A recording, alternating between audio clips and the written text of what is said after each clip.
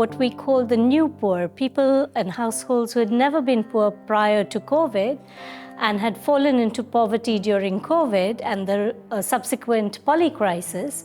How were they recovering, or why were they not recovering back to their original status? And what we found was that the new poor were actually two groups of people, who we call the never poor, and the second group we call the vulnerable non-poor, who had fluctuated in and out of poverty, but just prior to COVID, they were above the poverty line. But also social protection frameworks did not consider them poor enough to be able to be beneficiaries of these programs.